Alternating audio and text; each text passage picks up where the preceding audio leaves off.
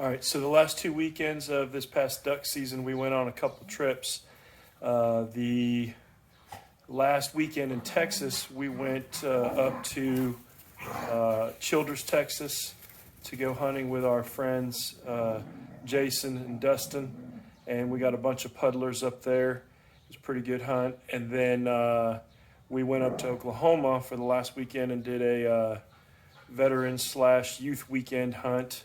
They allow vets to hunt one extra weekend up in Oklahoma. So Mike and I got to go hunting with some awesome youth hunters up at Falco, and it was amazing.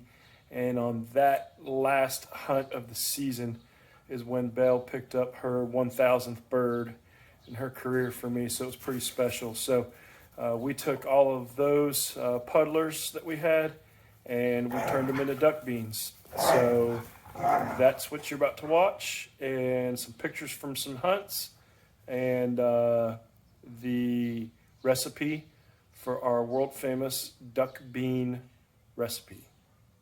Borracho beans. Put the pedal to the floor and we live it. We got these girls, they got our hearts. All shooting star, falling hard all night long in the dark. We got these songs, we live out loud. From the Sunday morning pews to the Friday night party crowds. We're all about these washed out rural routes, stuck back in the pines. All about them long neck paychecks, right around quitting time. When it comes to soaking up every single second of this life we've been given, we just thank the Lord, drop it down to 4, put the pedal to the floor, and we live it. I'm starting. Okay, so these are my duck beans. It's based off of a recipe of a South Texas borracho bean that I fell in love with borracho beans when I lived in San Antonio, and I worked on a recipe, and then when we got the Instapot, it truly transformed the way we make beans. So you need an Instapot for my bean recipe. And then as we started getting more and more waterfowl, I incorporated that into the recipe. So super easy. It's a one pot deal, and it takes about 10 minutes worth of work. So what I'm going to do first actually is I'm going to turn that Instapot on, saute, and I'm going to put just a little bit of oil in while we're kind of talking about some of the ingredients.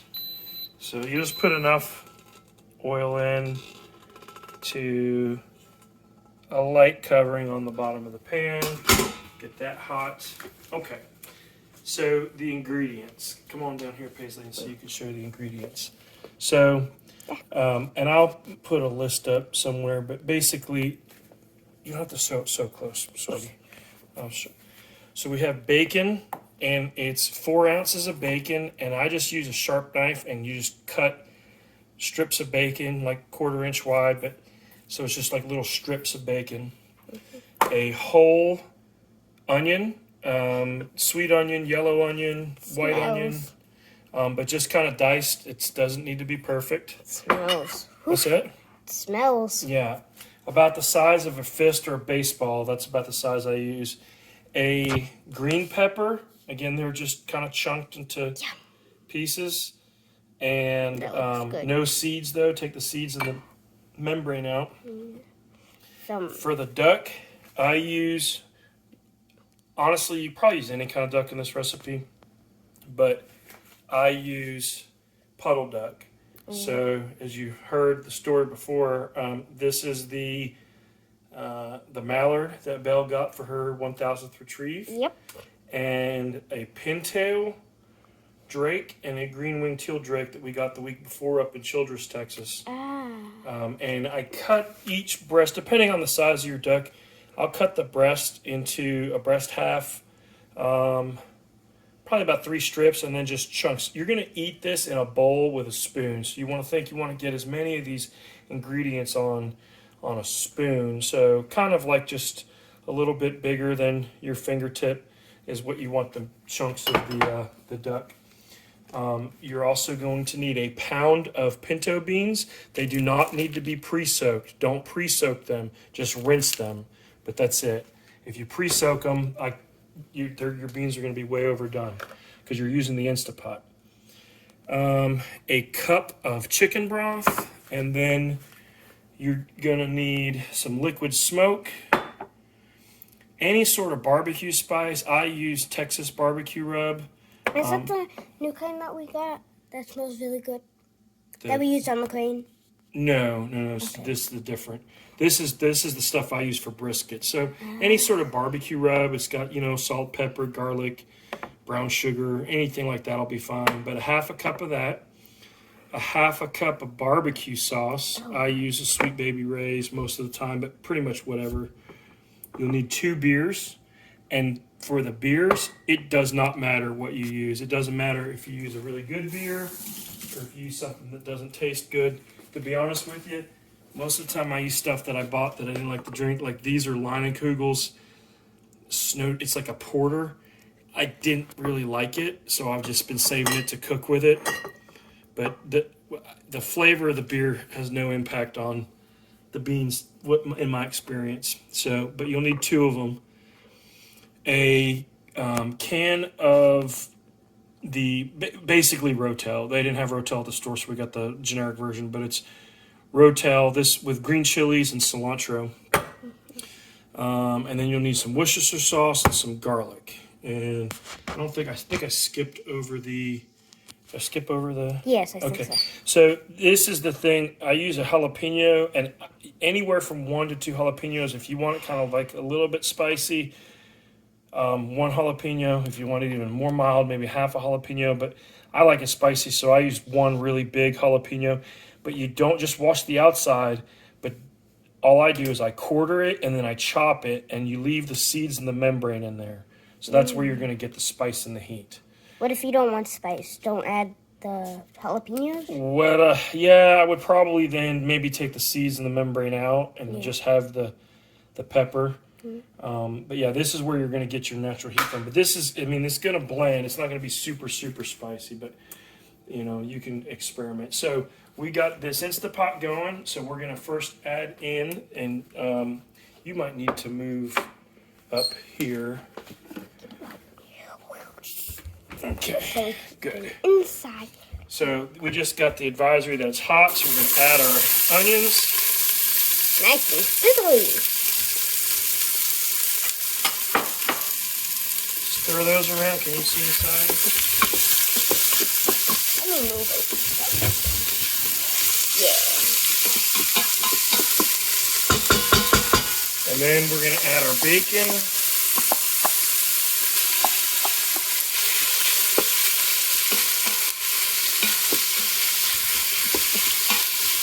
Stir those up.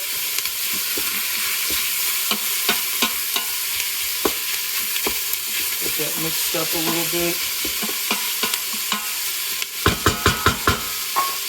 And so you're just going to cook this for, 4 or 5 minutes. I won't make you sit through all that, but it's not going to be completely crispy. So it's just cooked about halfway, which you would regularly do for bacon. So, we'll do that, and then everything else just gets dumped in. So I'll cook the bacon, and we'll see you in a minute. Okay, bye. So we are done. I'm going to turn the heat off, but you can kind of see this is as much as you want to cook. It's not just sticking to the bottom, get it unstuck. But that's about as much as you want to cook. Don't clog up the camera lines there, people. And trying not to. And now we are just going to dump all of the other ingredients in. So The beans. And then we're going to add the peppers. It does not matter what order you add everything in. Just dump them in. The jalapenos. I'll get those seeds in there. I'm making this for me, so I like it a little spicy. We'll do the duck, and then the other thing that I'll do sometimes, you can see there, I've got a couple of legs. These are the legs from that mallard. So you can just put the whole leg quarter in. The mallard, that Bell's mallard? Yeah. You can put the whole leg quarter in there with the bones and all. And then when you fish that out, it's really good. We'll add in the cup of chicken stock. Was it? What's that? Is it chicken broth or chicken stock? Oh, it doesn't matter, Okay. honestly. It was like It's chicken broth, but... And then we'll add in the barbecue sauce or barbecue that's cool. spice. And then the barbecue sauce. And then we'll add in the barbecue sauce. And I say it doesn't matter. I add everything in and then do the beers last to help kind of wash all the ingredients together. Try to get as much of that out of there as I can. When I'm older, I'm going to look back at these videos and make all these fun stuff. This is the Rotel cilantro lime.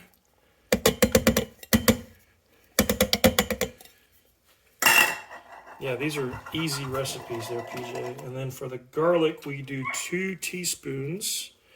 I just use the ready-made chopped garlic.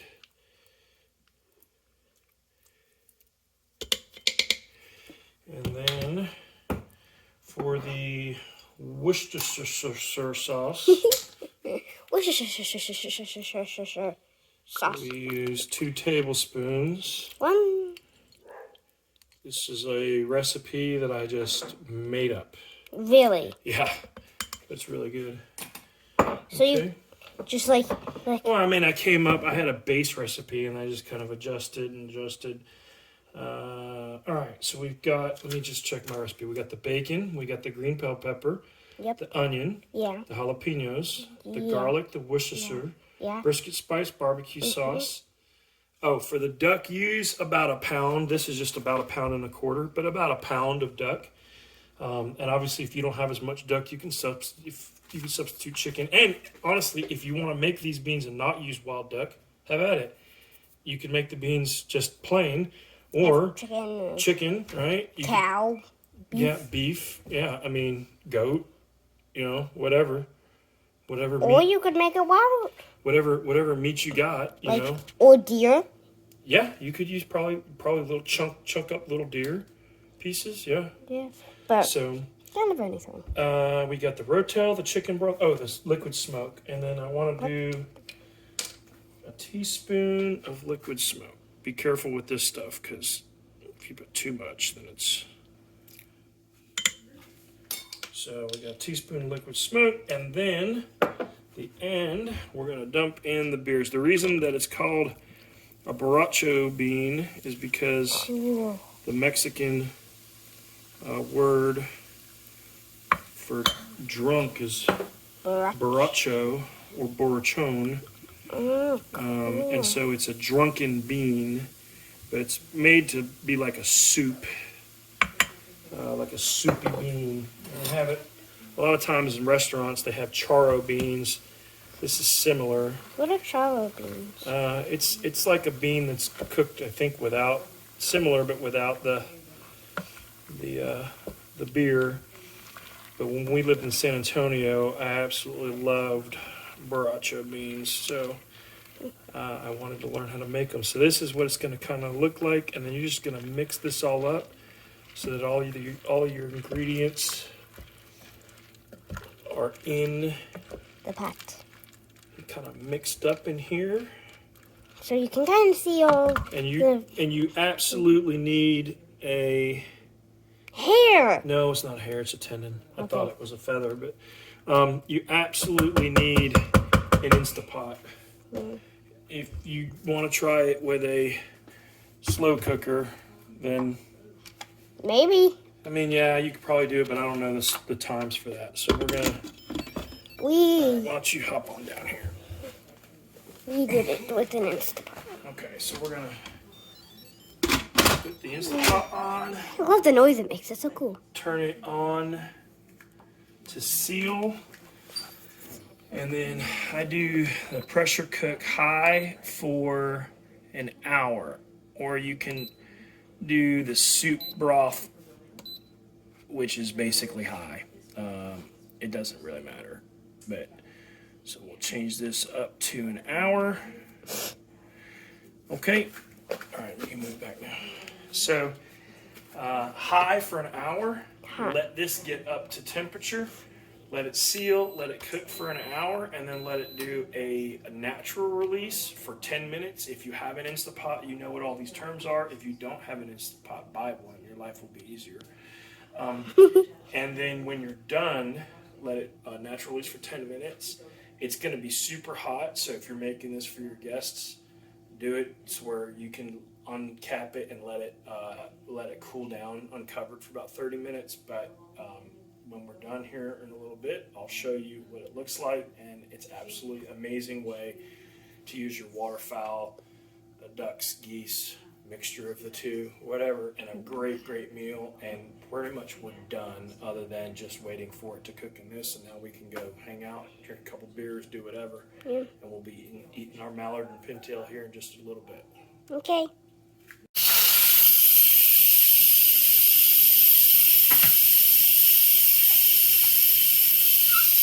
Actually, go ahead and turn it off.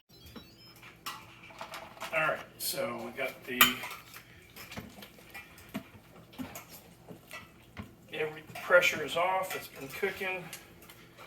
We stir it up. Come on up here and let me I'll hold it. So this is what it looks like in the Instapot.